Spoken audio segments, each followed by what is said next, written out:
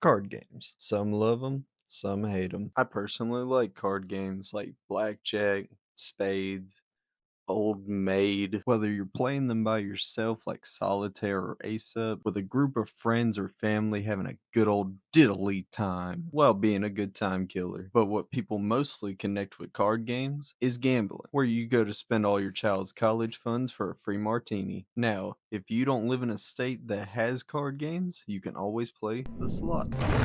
No, no, get out of here. It's not your time. Go. Where was I? Oh, yeah. Today I want to focus on the cards, specifically poker. Why poker, you may ask? You probably didn't, but if you'd pretend with me. Because, my dear viewer, what if I told you you could gamble at home while a funny gesture clown calls you trash? It's called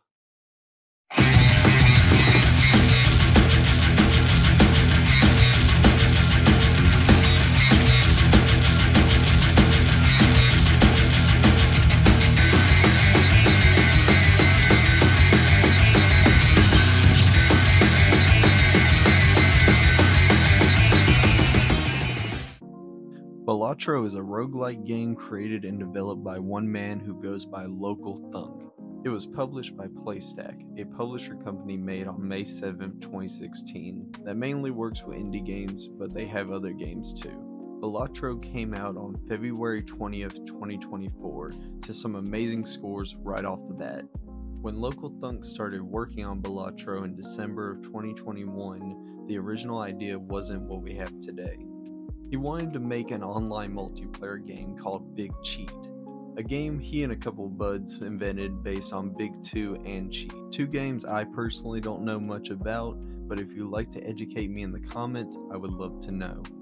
By the time December was over, he completely said bye-bye to the whole online multiplayer Big Cheat and began the foundations of Balatro. In the beginning, there was only chips and the multiplayer system. No jokers, no blinds, none of that. We'll get into all that in a second. However, it did have an upgrade system, but not like the one we have today. It was basically you pick a random card and put an enhancement on it, which carried over in a different sense. Around February is when it really started to become Balatro. This is when he started adding jokers and boss blinds. Again, more on that later. There's a lot more to unpack in the whole developing process of the game. I won't be covering it all in this video, but I will leave a link to the whole Balatro timeline on Local Thunk's blog page in the description, along with all my source material. I highly suggest you check it out. He honestly put in a lot of time into the making process of the game. Now, we all know for a game to play well, it's not just about how it plays, but also how it looks. Which brings me to... When it comes to the visuals of Balatro, Local Thunk did an amazing job in my opinion. The art of each playing card while still being the standard suits. They all feel different when you add enchantments or seals onto them. They just look so sexy, with each one of them having its own look depending on the enchantment or seal. The style of your cards will always feel different, especially when you customize your face cards with different references to other games. My personal favorite is the Cyberpunk one because I like me my Cyberpunk. With the card designs also comes the decks, with all 15 of them being visually different and distinct from one another except the first 5. Although they all still play different, they're just reskins. But even so, they're still all different. Then you've got your consumables, being your Tarot, Planet, and Spectral cards. I like the Spectral cards. They are the most unique looking in the consumables, and I love all the detail put into them from their shine to the art. But all the consumables are so detailed and different from one another. I would spend my gold doubloons just to have a pack of them. Then you've got your planet cards, which don't get me wrong, they all look amazing, but come on, it's just planets. Besides Planet X, that one's pretty cool, but besides that, there's not much to talk about. You also got the tarots, which all look like tarot cards I'm sure I've seen before, which I find pretty cool. All these items can be bought in the shop, mainly from booster packs, which all have their own designs and names. You got the Arcania packs for your tarots. the celestial packs for your planets, and the spectral packs for your spectrals, obviously. You can even buy standard packs to get playing cards, and Joker packs to get them Joker boys. Granted, all the packs use the designs of existing cards that could be in that pack, but they all have a certain charm to them, making them stand out mid run. Speaking of runs, there's more visuals you can run into during your run. I hate myself. Like tags, all with a unique icon giving you the basic gist of what they'll do. Same with vouchers, which are always obtained through the shop, unless a certain deck gives them to you like the Zodiac deck. All vouchers are visually pleasing to look at with a good bit of detail, and when you purchase one, you'll have the chance to get an upgraded version of which also changes the look of them, adding even more detail. One of the main visuals you'll see in your run is blinds. You've got your basic small and large blind, but at the end of each ain't there's a blind boss, which has its own unique abilities and styles. Now, I will say they're mainly just lines, except for the boss at the end, which has a more fleshed out design. But they're all at least different enough that you can look at it and be like, oh yes, the green circle with something that looks like a steering whisk for my great Nam's house. That's the needle. They're all simple, but they don't need to be all out. They're simple and to the point, making it perfect for this type of game. The last visual I want to talk about is the Jokers, which for the most part all have unique and stylish features. Sure, you get a few that look the same, but there's a good variety and unique cards like the sets that have a theme like the Suit Jokers or even Steven and Odd Todd. The Jokers are the most detailed and for a good reason. They make the game. Alright, let's see. That took more time than I was expecting it to. What's next on the agenda? Oh right, the game! When it comes to the gameplay, it'll go something like this. You'll boot up the game, whether it's on console, PC, or your phone, because we can do that now. You'll get hit with the blinding light of God as you get sucked into a wormhole made of all your past war crimes and sins. Then boom, the title screen. The opening is so straightforward, like no plot or anything like that, just this is the game, that's it. And I love it. A game like this doesn't need a multiple act plot where we have to play poker in the depths of Cthulhu's stomachs to save our dying girlfriend who has amnesia, and the only way to make her remember is to beat the clown bros in a game of sticks. No, we don't need all that.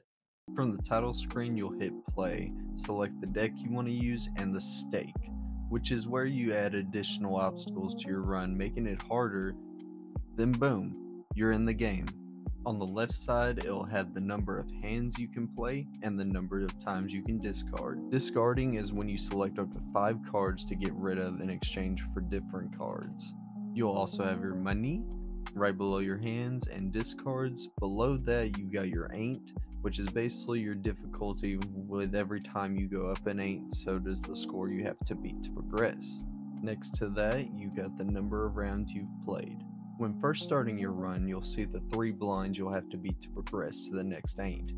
Those being small blind, big blind, and the boss blind. The boss blind also adds a challenge making it harder to beat. There's also the option to skip blinds for tags I've mentioned before, but when you skip a blind you won't have the shop after you complete it, making you miss out on jokers and booster packs. Let's say you play the blind. You're instantly thrown in with random cards from your deck and it's up to you to make poker hands with whatever cards you got. There's quite a bit of poker hands you can make, all with their own base chips and multipliers depending on the rarity of the hand, which can all be upgraded by leveling them up with the planet cards mentioned before. When you play a hand, it'll add the base chips and mult of that hand type, plus points based on the cards you played. Let's say you played a 2 pair of jacks and 6s. It would have the base chips of 20 and the mult of 2 for the hand type, plus the 10 chips for each jack because all face cards are 10, and 6 chips for each 6 card, adding it to the score. When you play your hand, above that you got the amount you've made so far. If you make the score of the blind or higher and those flame effects come up, oh my god! You win! Now do it again. When you beat a blind, you'll get compensated for your efforts, by each blind giving you a set amount depending on which blind it is and the difficulty, and the amount of hands you have left, giving you $1 each. You can also gain interest, which is for every $5 you've got, you'll gain $1. With this money, you can buy stuff from the shop, which will have all your booster packs, vouchers, along with the jokers, which are the main perks of the run. There are currently 150 jokers in the game, which all have their own abilities to help you on your run, but they don't all work together, so there's a big emphasis on deck building to make sure not only your jokers but your playing cards as well work to make the best scores for your run. In the shop, if there's no card you want to use in your run, you can also reroll for something different, but it will cost your cheddar. But most of the time, you're too poor to do it anyway, just like real life. Speaking of real life, most people in day to day life, whether it's driving a car, at work, riding, robbing a bank, they need a little something to get the mood right. You know, put a little pep in their step, and that would be the music in this game is oddly blissful. Like when I hear the tune, I feel like I'm in a coffee shop waiting on my white chocolate mocha, but the bitch named Brittany is giving me dirty looks because I asked for a plastic straw. The music was made by a freelance musician named Luis Clemente, also known as Luis F., when Local Thunk hired him on Fiverr in 2023.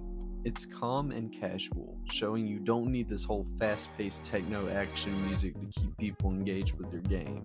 Not only the music, but the sound design is also done really well, how the cards got that to the dings while watching the score go up. It's not a lot, but it's just enough that it's perfect. The whole game is perfect, but what makes it perfect has to be the face of the game. I'm talking about Jimbo. Gary Jimbo McCready, the forklift certified Packers lover from Logansport, Indiana, is the bread and butter of the game. From the dialogue, the commercials portrayed by Ben Starr, and the jokers. Most of the jokers in the game are just Jimbo in cosplay.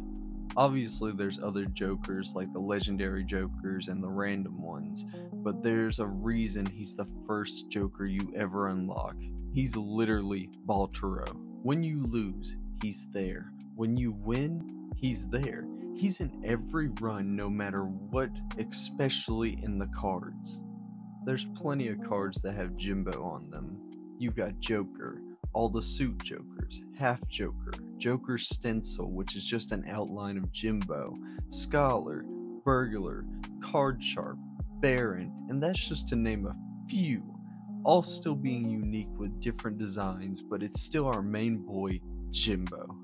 And look, I know at the end of the day, it's just a mascot, a face for a brand for people to represent with the game. I get that.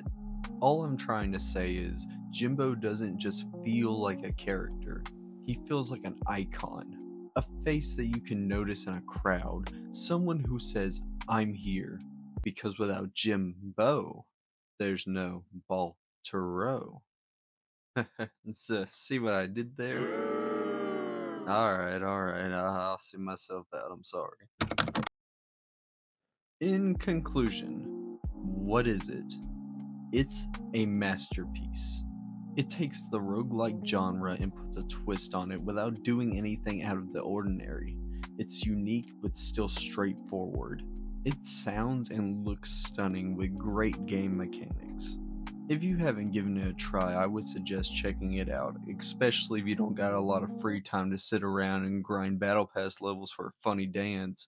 If you do check it out or have already played it, I would love to hear your thoughts and opinions in the comments. It would help out a lot if you'd hit that subscribe button as well. I'm still trying to figure this all out, and as this is a learning process, I will accept any feedback to my channel to make it better for you guys. Well, that's all I've got. And never forget to have a good day. Peace.